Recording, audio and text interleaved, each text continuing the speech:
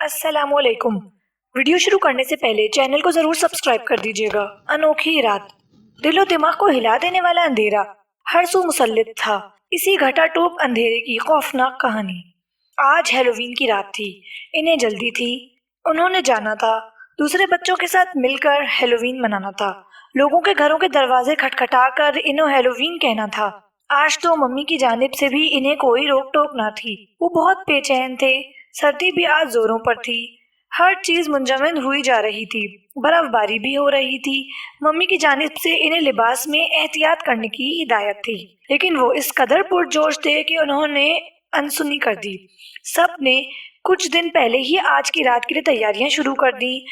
जूली और मैगी ने अपनी फ्रेंड्स को भी बुला रखा था। सब मिलकर एक साथ निकलते, अपने अपने मास्क और कॉस्ट्यूम्स के साथ। उन्हें जल्दी थी अपने दोस्तों को अपने मास्क और कॉस्ट्यूम्स दिखाने की और दोस्तों के कॉस्ट्यूम्स खुद देखने की।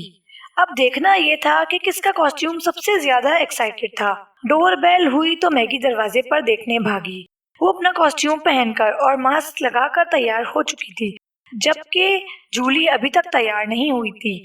मैगी को पुख्ता यकीन था कि उसकी तैयारी ऐन वक्त तक नामुकम्मल ही रहेगी, क्योंकि वो कभी भी वक्त पर तैयार ना हुई थी तो आज कैसे हो जाती। दरवाजा खोलने पर उसकी चीख निकल गई, क्योंकि सामने इंतहाई खौफनाक शक्ल वाला आदमी खड़ा था, जिसकी आंखें उबली पड़ी थी और मुंह खून आलूद था। होंठ कटे हुए थे। कैसे लगा? खूब डर गई तुम तो। आवाज मैगी की दोस्त शीला की थी। अरे, तो ये तुम थी? मैं तो बीच में डर गई थी। आओ ना। मैगी ने उसे रास्ता दिया। कैसा लगा मेरा कॉस्ट्यूम? शीला ने पूछा। मेरी चीख इस बात का सबूत की कि तुम दूसरों को डराने में कामयाब रहूंगी। कॉस्ट्यूम तो तुम्हारा भी खूब है, लेकिन क्लासिकल सा है, डिफरेंट नहीं है। एक बूढ़ी चुड़ैल का रूप तो अक्सर लड़कियां धार लेती हैं, शीला ने कहा। तो मैगी का मुंह लटक गया, लेकिन मास्क में होने की वजह से शीला उसे देखकर नहीं पाई थी। मैगी को अपनी सारी मेहनत उकारत होती महसूस हुई। हर कोई कुछ नया करने के चक्रों में है, तो मैंने सोचा मैं सबसे उलट चलूंगी, तो क्यों ना प्रैक्टिकल सा कॉस्ट्यूम पहनूं। वैसे भी मुझे क्लासिकल चीजें पसंद हैं। मैगी ने शर्मिंदगी मिटाने की वजाहत दी। मैगी हमेशा शीला से खुद को कमतर महसूस करती आई थी। इस बार तो इसने इतने दिनों पहले ही तैयारी शुरू कर दी थी ताकि शीला को मुतासिर कर सके, मगर हमेशा की तरह उसे मुतासिर करने की बजाय खुद ही उससे मुतासिर हो गई थी। बाकी सब आ गए हैं क्या? नहीं, अभी हमेशा की तरह तुम ही ऐन वक्त पर आई हो। मैगी के अल्फाज अभी मुंह में ही थे कि डोरबेल फिर से बज उठी। मैगी सुस्त कदमों से दरवाजा खोलने चल दी। उसकी सारी एक्साइटमेंट झाग की तरह बैठ चुकी थी। उसे शीला पर गुस्सा आ रहा था, जिसने इसकी सारी मेहनत पर पानी फेर दिया था। बाकी की दोस्तें भी एक एक करके आ गई थी। हर किसी ने शीला के कॉस्ट्यूम की तारीफ की, जबकि मैगी को किसी ने भी नहीं सराहा।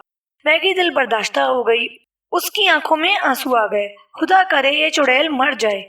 मैगी ने दुखी दिल से उसे बद्दुआ दी। जूली भी शीला को देखकर डर गई थी। आज की रात वो यही करने वाली थी, जानते हुए भी कि हैलोवीन की रात है। वो बेदहानी में दूसरों को देखकर डरने वाली थी और फिर बेतहाशा हंसने वाली थी। बहुत मजा आने वाला था, लेकिन मैगी के सिवा वो सब घर से निकलकर खड़ी हुई। कोई मंजिल नहीं थी, ना कोई ठिकाना, मगर उन्हें फिर भी चलते रहना था। यूं ही शोर मचाते, हंसते गाते, अटकेलियां करते, नाज नखरे दिखाते। इन्हें कोई परवाह ना थी कौन इनके बारे में क्या कहता है, क्या सोचता है।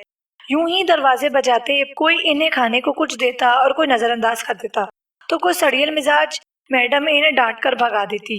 यही सब करते रात का बेशतर हिस्सा बीत चुका था। अब वापसी की फिक्र हुई। सब वापसी के लिए चल दी। वो काफी दूर निकल गई थी। हंसी का एक तूफान था जो इनके मुंह से उबला पड़ रहा था। सबने बहुत एंजॉय किया था।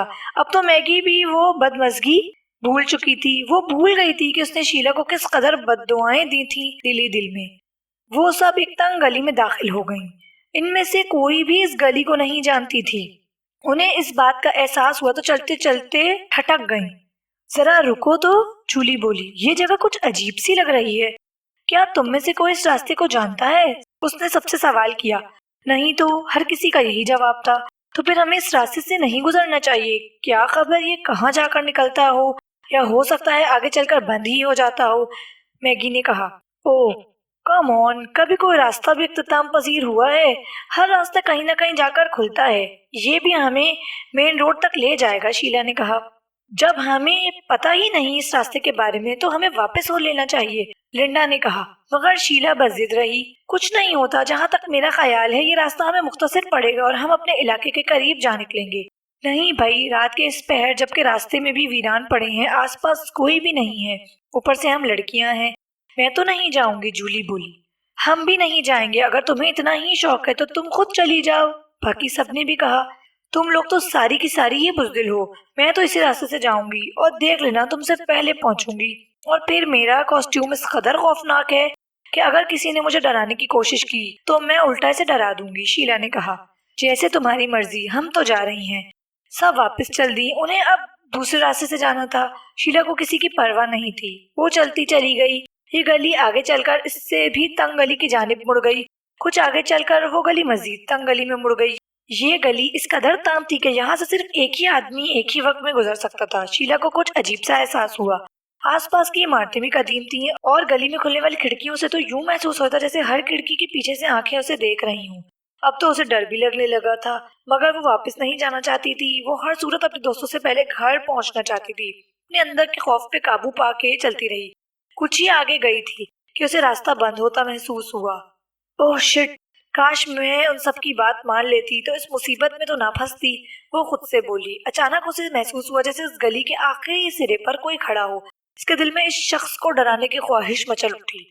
वो बेकदमों उसकी जानिब बढ़ी। वो जो कोई भी था बिल्कुल साकिन खड़ा था। शीला बिल्कुल उसके करीब चली गई। हाँ, शीला ने उसे डराया, मगर इस साकिन वजूद में कोई जुम्बिश नहीं हुई। शीला मजीद उसके करीब गई और डरावनी आवाजें निकाली, मगर बेसुध। अब तो वो झुंझुला गई। वो इसके बहुत ही नजदीक चली गई। उसने उसके कंधे पर हाथ रखा तो इस साकिन वजूद में हरकत पैदा हुई। वो पलटा। इसे देखकर शीला को बिल्कुल डर नहीं लगा। हालांकि उसने भी खौफनाक कॉस्ट्यूम पहन रखा था, लेकिन उसका हेड बहुत बड़ा था जिसने उसकी गर्दन और चेहरा मुकम्मल छुपा रखा था। आज रात उन्होंने यही किया था, एक दूसरे के रूप देखकर डरने की एक्टिंग। वो जहनी तौर पर किसी खौफनाक शक्ल वाले मास्क के लिए तैयार थी। हेलो मिस्टर, तुम जो कोई भी हो, मुझे डराने में बिल्कुल कामयाब नहीं हुए, शीला ने चुटकी बजाकर कहा। इतने में हवा का झोंका आया तो इस आदमी का हेड उड़कर दूर जा गिरा। उसे देखकर अब तो वाकई शीला की चीख निकल गई। ऐसा नहीं था कि वो बहुत खौफनाक चेहरे वाला मास्क पहने हुए था, बल्कि वो कोई भी मास्क पहने हुए नहीं था। फिर भी शीला डर गई थी, क्योंकि इस शख्स की गर्दन पर चेहरा था ही नहीं। वो एक सरकटा आदमी था। शीला की सांस ऊपर की ऊपर और नीचे की नीचे रह गई। वो जल्दी से पलटकर भागी। इसे किसी अनहोनी का एहसास शिद्दत से सता रहा था। उसके दिल ने गवाही दी थी कि ये शख्स सच में सरकटा है। उसने कोई भी मास्क नहीं पहन रखा। वो हाँफती कांपती अंधाधुंध भाग रही थी। वो कई मोड़ मुड़ी, लेकिन वो ठीक रास्ते पर नहीं जा रही थी। ये अजीब सी तंग गलियां थी। वो रास्ता खो चुकी थी। जिस रास्ते से वो आई वो जाने कहाँ गुम हो गया था। कुछ ही दूर गई थी कि उसे वही सरकटा आदमी अपने सामने खड़ा नजर आया। गली इस कदर तंग थी कि उस सरकट्टे की मौजूदगी में गुजरने की जगह भी बाकी ना थी। शीला ने खौफ से इधर उधर देखा कि कहीं से कोई रास्ता मिल जाए भाग जाने का, मगर बेसुध। वो सरकटा उसकी जानिब से बढ़ा और उल्टे कदमों पीछे हुई। इसे और तो कुछ ना सूझा। गली में खुलने वाला एक घर का दरवाजा जोर जोर से पीटना शुरू कर दिया, मगर कोई जवाब ना आना। वो जल्दी से पीछे भागी। काफी दूर जाने के बाद पीछे मुड़कर देखा, वो सरकटा गायब था। उसने जल्दी से एक दूसरे घर का दरवाजा बजाना शुरू कर दिया। वो बजाती रही यहाँ तक कि दरवाजा खुला तो इससे कुछ तसल्ली हुई। वो खौफजदा अंदाज में पीछे देखते हुए दरवाजे में दाखिल हो गई। इसका दाखिल होना था कि दरवाजा जोर से बंद हुआ। उसने खौफ से थरथराते हुए बंद दरवाजे को मुड़कर देखा और फिर सामने देखा तो वही सरकटा लंबा ओवरकोट में उसके सामने था। वो पीछे मुड़ी और चीखते हुए दरवाजे खोलने की कोशिश करने लगी। वो बेतहाशा रो रही थी। इसमें सरकटे को देखने की हिम्मत ना थी। दफातन उसे अपने कंधों पर किसी हाथ का दबाव महसूस हुआ। उसका सांस अटक गया। उसमें लिपट कर देखने का हौसला ना था। दरवाजा भी खुलने का नाम ना ले रहा था। उसे वो हाथ अपनी गर्दन की जानिब बढ़ता हुआ महसूस हुआ। वो पलटती, उस आस पर शायद भागने का कोई रास्ता मिल जाए, लेकिन वो ऐन उसके सर पर खड़ा था। उसने शीला को गर्दन से पकड़कर हवा में उठा लिया। शीला की दिल दोस्त चीख दरो दीवार हिला रही थी, मगर कोई उसको सुनने वाला ना था। इन्हें फिक्र थी कि शीला के साथ कोई हादसा ना हो जाए। हमें इसे इस तरह अकेले छोड़ के नहीं आना चाहिए था, लिंडा ने कहा। फिक्र मत करो, वो अपनी मर्जी से गई है, हमारा इसमें कोई कसूर नहीं, जूली बोली। वो अपने घर को जाने से पहले शीला के घर चली आई, ये देखने कि वो सही सलामत पहुंच गई है, लेकिन वो वहाँ कुछ और ही मंजर था। दरवाजा खुला था, शीला की मम्मी की चीखें उन्हें हवा से बागता कर गईं। अंदर एक सरकटी लाश पड़ी थी और शीला की मम्मी दीवानों की मानद चीख रही थी। वो बिलाशुबा शीला की लाश थी। इनकी भी चीखें निकल गईं। आंटी, ये सब कैसे हुआ? पता नहीं मुझे, वो रोते हुए बोली।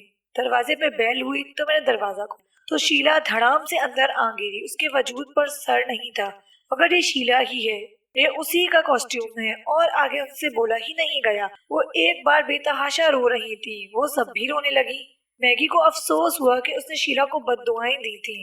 उसे लगा कि बद्दुआ ही शीला को लग गई है। उसे लगता था जिस दिन शीला मरेगी सबसे ज्यादा खुशी उसे होगी, मगर नहीं, ये उसकी भूल थी। सबसे ज्यादा दुख तो उसे हुआ था।